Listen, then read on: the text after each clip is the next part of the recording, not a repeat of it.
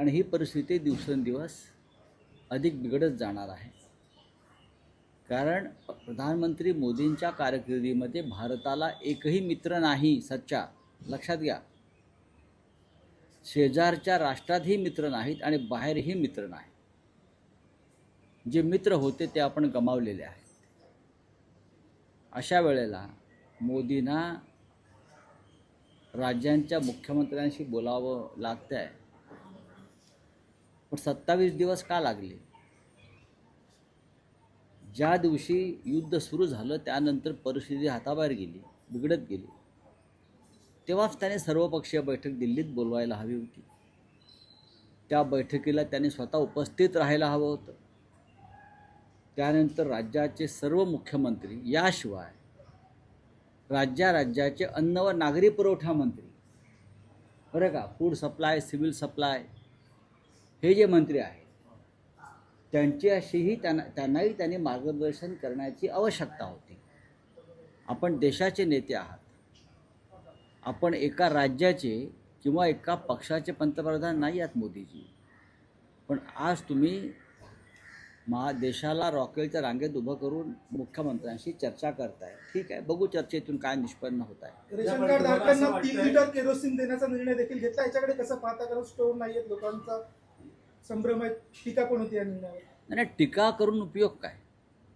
टीका कोण करणार? अंधभक्त टीका करणार नाहीत. 3 लिटर रॉकेल हा त्यांच्यासाठी तीर्थच आहे. मोदी 3 लिटर रॉकेल देत आहेत, हे त्यांच्यासाठी हिंदुत्वाचं तीर्थ आहे.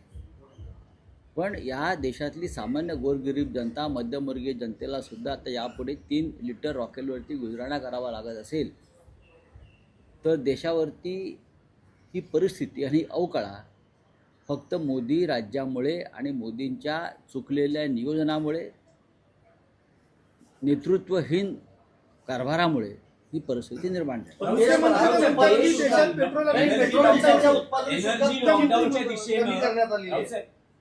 एनर्जी लॉकडाऊनच्या दिशेनं चाललेला आहे का? कारण आपण जी देशात परिस्थिती पाहतो की पेट्रोल पंपाच्या बाहेर रांगा लागलेल्या आहेत आणि राज्याचे मुख्यमंत्री असं म्हणतात की अफवांवर विश्वास ठेवू नका, मुबलक सगळा साठा उपलब्ध आहे. टंचाई नाही असं ते थेट म्हणतात. पेट्रोल आणि डिझेलची टंचाई. आपल्या राज्याच्या मुख्यमंत्र्यांनी आता खरा तुरुंगामध्ये आहेत महाशय. दुसरे कोणी एखादे असे बुवा महाराज असतील की त्यांनी राज्यामध्ये काय चाललं आहे समजून घ्यावं. सरकारचा हात दाखवून, सरकारला हात असेल तर. ठिकठिकाणी अस्वस्थता आहे. देशभरामध्ये लोक रांगेत उभे आहेत आणि मोदींनी ही भीती जास्त निर्माण केली. तुम्ही रॉकेलची टूम का काढलीत मग?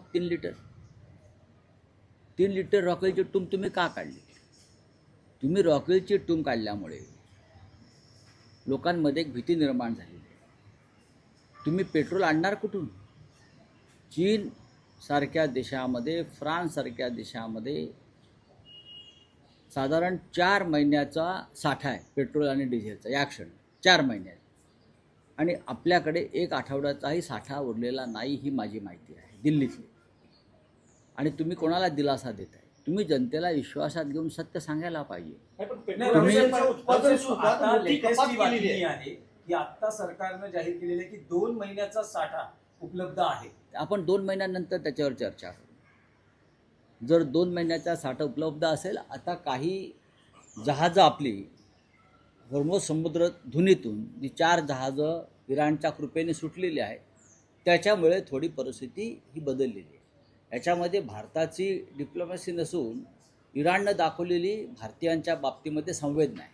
सर, पण उत्पादन शुल्कात मोठी कपात केलेली आहे पेट्रोल डिझेलच्या केंद्र सरकारनं. नाही, चांगली गोष्ट आहे, करावंच लागेल. बरं, दुसरं काय? पण आता राष्ट्रीय स्तरावरच्या विषयावर, राज्यातल्या विषयावर येऊया की जे अशोक खरात प्रकरण दिवसागणिक वाढते आणि रोज नवे गुन्हे दाखल होत आहेत. महाराष्ट्राची जी प्रतिमा आहे ती संपूर्ण देशात इतकी मलिन झालेली आहे की राजकारणी आहेत, सगळे नामवंत आहेत आणि हे सगळे बुवाबाजीच्या नादी लागले. बुवाबाजीला प्रतिष्ठा नामवंतच देतात. सामान्य माणूस हा बुवाबाजीला प्रतिष्ठा देत नाही. सत्ताधारी, राजकारणी, उद्योगपती मंत्री संत्री आमदार खासदार हेच अशा भोंदूगिरीला प्रतिष्ठा देतात. त्यांचं तिथे जाणं येणं वाढतं, त्यांचे पूजाविधी अघोरी कृत्य वाढतात. त्याच्यामुळे या बुवांना प्रतिष्ठा मिळते आणि ह्याच्यामध्ये एका पक्षाला दोष देण्यात अर्थ नाही.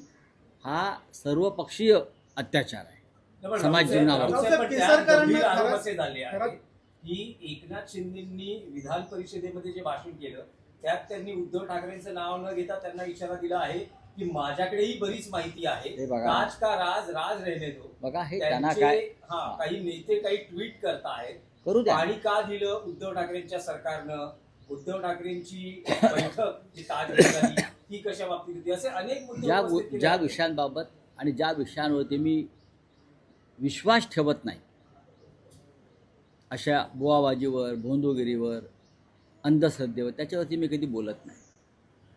आणि आपण राज्यकर्ते आहात, शिंदे किंवा फडणवीस आपण राज्यकर्ते आहात.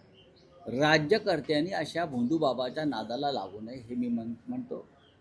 सध्या जे दिसतं आहे की हे जे कोणी खरात बाबा आहेत त्याला अशा प्रकारे महान बनवण्यामध्ये सध्याच्या सरकारमधल्या मंत्र्यांचा, मुख्यमंत्र्यांचा, तेव्हाच्या आधीच्या मुख्यमंत्र्यांच्या, आता ते डेप्युटी सीएम असतील, या सगळ्यांचा वाटा आहे ना. म्हणजे एकनाथ शिंदे यांचा थेट संबंध सगळ्यांचा आहे. बघा मी असं म्हणतोय, जे संविधानिक पदावर बसले आहेत, ज्यांनी घटनेची शपथ घेतलेली आहे, त्या सगळ्यांनी अशा गोष्टींपासून लांब राहिलं पाहिजे, अजिबात लांब राहिलं पाहिजे आणि लोकांना एक आदर्श निर्माण करून दिला पाहिजे. आपण ज्या राज्याचं नेतृत्व करतो आहोत तो महाराष्ट्र शाहू फुले आंबेडकर पवनकार ठाकरे यांचा विचारांचा महाराष्ट्र आहे. आपण आपल्या भिंतीवर बाळासाहेब ठाकरे यांचाही फोटो लावताय महाशय. हिंदुहृदय सम्राट बाळासाहेब ठाकरे यांनी कायम ढोंगबाजीला लाथाच मारलेल्या आहेत. तुमच्यामध्ये आणि राऊसाहेब, आदित्य ठाकरे यांच्यामध्ये काय मतभेद आहेत असे की माझ्यामध्ये आणि आदित्य ठाकरे यांच्यामध्ये कसले मतभेद असणार? राज्यसभेच्या राऊसाहेब, ज्या उमेदवार- काही अत्यंत चुकीच्या बातम्या. ज्या सुरस बातम्या सध्या बाहेर येत आहेत त्या नाही, खासदारांच्या सुरस बातम्या बाबतीत- सुरस आहेत ना. त्या सुरस कथा. बघा तुम्ही ज्या प्रकारच्या बातम्या छापताय, कोणीतरी माझ्याशी या विषयावर एक साधा फोन करून विचारलं का, किंवा आदित्य ठाकरे यांना विचारलं का? मुळात जी बैठक झाली असं म्हणते त्या बैठकीला मी उपस्थित नव्हतो. मी दिल्लीमध्ये माझ्या पुस्तकाच्या कार्यक्रमाला होतो. मी शिवसेना या पक्षामध्ये जन्मापासून आहे, मी परत सांगतो. आणि या पक्षामध्ये मी काही राज्यसभेचा खासदार व्हायला आलो नाही, आमदार खासदार मंत्री व्हायला आलो नाही. मी बाळासाहेब ठाकरे यांच्या विचारानं प्रेरित होऊन त्यांचा विचार महाराष्ट्राच्या कानाकोपऱ्यात नेता येईल, उत्तम संघटनेचं काम करता येईल, या विचाराने मी या पक्षामध्ये सतत काम करणारा एक सामान्य शिवसैनिक आहे. जरी मला बाळासाहेब ठाकरेंनी पक्षाचा नेता केला, अनेक वर्ष खासदार केला, तरीही मी स्वतःला एक शिवसैनिक मानतो. माझा दोष इतकाच आहे, मी माझी मतं परखडपणे मांडतो. हे सुद्धा मी बाळासाहेब 28 साली ठाकरेंकडून तुम्ही खासदार नसाल असं आदित्य ठाकरेंनी म्हटलं. मला असं म्हणतोय की या पक्षातलं माझं अस्तित्व, वास्तव्य हे आमदार खासदार आणि मंत्री होण्यासाठी नाही. माणसाला केव्हा तरी एखाद्या पदाचा निरोप घ्यावा लागतो, त्याची तुम्ही मानसिक तयारी ठेवली पाहिजे. कधीही आम्हाला असं वाटलं की माननीय उद्धव ठाकरे हे अजून 15 वर्ष मुख्य, दुर्दैवानं ते त्यांना कमी काळ मिळाला. नियतीच्या मनात काय आहे कोणी सांगू शकत नाही. म्हणजे आदित्य ठाकरे राज्यात फिरत नाहीत अशी नाराजी. 2029ला उद्धव ठाकरे हे पुन्हा मुख्यमंत्री असतील. का नसतील?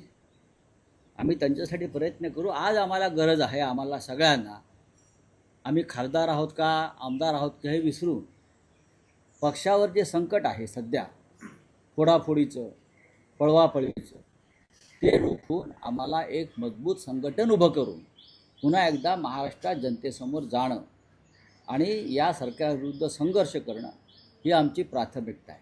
नाही, पण आदित्य राऊसाहेब, ठाकरे जर तुम्ही राज्यात म्हणता फिरत नाही की अशी नाराजी व्यक्त केली 2029ला जाते. उद्धव ठाकरे हे पुन्हा मुख्यमंत्री असतील तर या मे मध्ये ज्या विधान परिषदेच्या निवडणुका होत आहेत त्यात उद्धव ठाकरे हे महाविकास आघाडीचे उमेदवार असतील आणि तीच तयारी 2029ची या मे महिन्यातल्या बघा, विधान परिषद निवडणुकीत असेल. नाही, एक लक्षात घ्या, माननीय उद्धव ठाकरे जेव्हा 2019ला मुख्यमंत्री झाले तेव्हा ते आमदार होते का? नव्हते. नाही. राजकारण समजून घेतलं पाहिजे, तुम्ही अभ्यास केला पाहिजे. सुनित्राताई पवार डेप्युटी सीएम आहेत, आमदार होत्या का? होत्या का? नाही.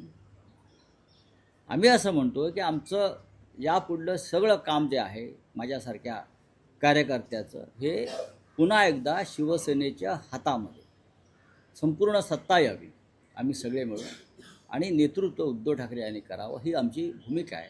त्याच्यामुळे ह्या ज्या तुम्ही काय गोष्टी सांगता त्या पानसट आणि अशा गोष्टीकडे लक्ष द्यायला माझ्यासारख्या माणसाकडे वेळ नाही. तुमचे काही हितचिंतक सोशल मीडियावर अगदी ठामपणे असं सांगतायत की संजय राऊत हे शिवसेना उद्धव बाळासाहेब ठाकरे पक्ष सोडणार, असं काही तुमचे हितचिंतकच सोशल मीडियावर त्यांना सांगू द्या ना, हे अनेक वर्ष सांगत असतील, पण मी माझ्या बाळासाहेबांनी निर्माण केलेल्या पक्षातच आहे आणि राहणार आहे ना. हा विचारही कधी माझ्या मनाला शिवला नाही. मी मगाशी म्हणालो की राज्यसभा खासदार किंवा लोकसभा खासदार होणे माझ्या जीवनाचं इप्सित कधीच नव्हतं आणि नाही, आणि राहणारही नाही. राष्ट्रवादी काँग्रेस तुमचा मित्र पक्ष आहे, सुप्रिया सुळे त्या खासदार आहेत. त्यांनी असं म्हटलंय देवेंद्र फडणवीस हे नरेंद्र दाभोळकरांचा वारसा समोर पुढे नेत आहेत, यावर काँग्रेसनं जोरदार प्रहार केला. नाही, मला माहीत नाही त्यांना तसं त्याच्यात गुण दिसले असतील फडणवीसांमध्ये, तो त्यांचा व्यक्तिगत प्रश्न आहे. रावसाहेब, आदित्य ठाकरे राज्यात फिरत नाहीत अशी तुमच्या खासदारांनी नाराजी व्यक्त केली आहे. असं अजिबात नाही आहे, अशी कोणतीही नाराजी व्यक्त केलेली नाही. माझं बोलणं झालेलं आहे सगळ्यांशी. आदित्य ठाकरे हे सातत्याने फिरत असतात. मुंबई महानगरपालिका निवडणुकांमध्ये आपण पाहिलं असेल, ते ठाण्याला होते, त्यानंतर कल्याण डोंबिवलीत गेले, ते नाशिकला गेले, संभाजीनगरला गेले, जात आहेत ना. पण एखाद्याला तुम्ही टार्गेटच करायचं म्हटल्यावरती मीडियाच्या माध्यमातून तुम्ही काही करू शकता. नाही राऊत साहेब, एक आणखी एक महत्त्वाचा विषय आहे, राष्ट्रीय स्तरावरील राजकारणाचा विषय आहे की तुमचं इंग्रजी पुस्तक अनलाइकली पॅराडाईज हे 4 दिवसापूर्वी प्रकाशित झालं, ज्यात तुम्ही एक मोठा गौप्यस्फोट केला आहे की उपराष्ट्रपती जगदीप धनखड हे त्यांच्या पदाचा राजीनामा द्यायला तयार नव्हते, पण त्यांच्यासमोर ईडीची फाईल ठेवली गेली आणि त्यांचा राजीनामा घेतला गेला. त्यांचे काही व्यवहार यासाठी कारणीभूत होते. त्यांचे काही व्यवहार, त्यांचा कोणताही व्यवहार नव्हता, त्यांना धमकवण्यात आला. त्यांचा कोणताही तसा व्यवहार नव्हता. त्यांनी स्वतःचं राहतं घर विकलं आणि त्यांची मुलगी परदेशात आहे. अत्यंत कायदेशीर मार्गानं त्यांनी काही रक्कम मुलीला पाठवली. पण एखाद्याला आपल्याला कोंडीत पकडायचं आहे म्हटल्यावरती खोटे केसेस, खोटे गुन्हे दाखल करून फाईल्स तयार केल्या जातात. जसं माझी केली, अनिल देशमुखांची केली, नवाब मलिकांची केली, अनेकांची केली, तशी त्यांची करण्याचा प्रयत्न केला. केजरीवालची केली, मनीष सिसोदियाची केली, संजय सिंगची केली, हेमंत सोरेनची केली. अनेकांच्या अशा फाईल्स तयार करतात. आम्ही सगळे त्यांच्या दबावापुढे झुकलो नाही. माझ्यावर त्यावेळेला शिवसेना सोडण्याचा दबाव होता. हा दबाव कोणी आणला होता की तुम्ही मी त्या पुस्तकात लिहिलं आहे ना माझ्या, आणि त्या संदर्भात मी व्यंकय्या नायडूंना पत्र लिहिलं की माझ्यावर शिवसेना सोडण्याचा दबाव आहे, आणि जे सरकार आम्ही आणलेलं आहे त्या सरकारची पाठराखण करू नका, उद्धव ठाकरेंची पाठराखण करू नका, आम्ही त्यांचा काटा काढू, तुम्ही मध्ये पडू नका, अशा प्रकारचा दबाव. आणि सगळ्यात आधी तुम्ही शिवसेनेतून बाहेर पडा, हा त्यांचा माझ्यावर दबाव होता. मी म्हटलं तुम्ही किती दबाव आणला तरी मी माझा पक्ष सोडणार. तुम्ही सोडली असती तर तुरुंगवारी नक्कीच तुरुंगवारी टळली असती. नक्कीच. त्यांनी तसं मला स्पष्ट सांगितलं की मोना, तुम्ही माझ्या पुस्तकात वाचलं असेल की ईडीच्या मुख्यालयातसुद्धा मला गेल्यावर तुम्ही ताबडतोब वर बोलून घ्या. ते आहे. वरून मला तेच सांगायचं होतं वरच्यांना की तुम्ही शिवसेनेशी संबंध तोडा.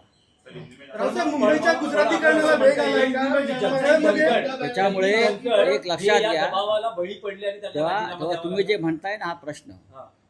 काही हितचिंतक म्हणतात मी शिवसेनेतून बाहेर पडणार. या पक्षासाठी आम्ही घाम आणि रक्त आणि तुरुंगवास सर्व काही सहन केले. नाही, पण मग जगदीप धनखड या दबावाला बळी पडले, त्यांनी जो राजीनामा दिला. शक्यता नाकारता येत नाही. रावसाहेब, परळमध्ये एका उड्डाणपुलाच्या कामादरम्यान गुजराती फलक लावण्यात आल्यामुळे मुंबईच्या गुजरातीकरणाला वेग आलाय का? असा प्रश्न विचारला जातो. बोला क्या आपका है?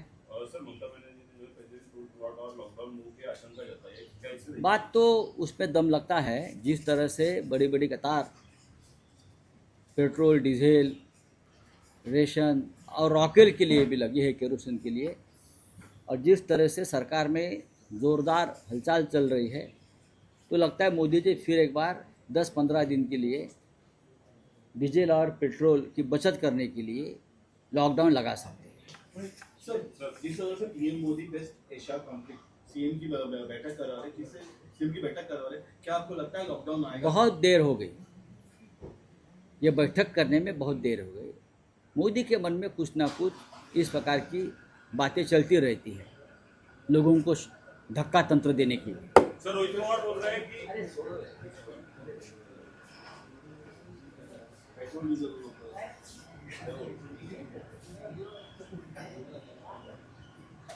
बहुत फरार से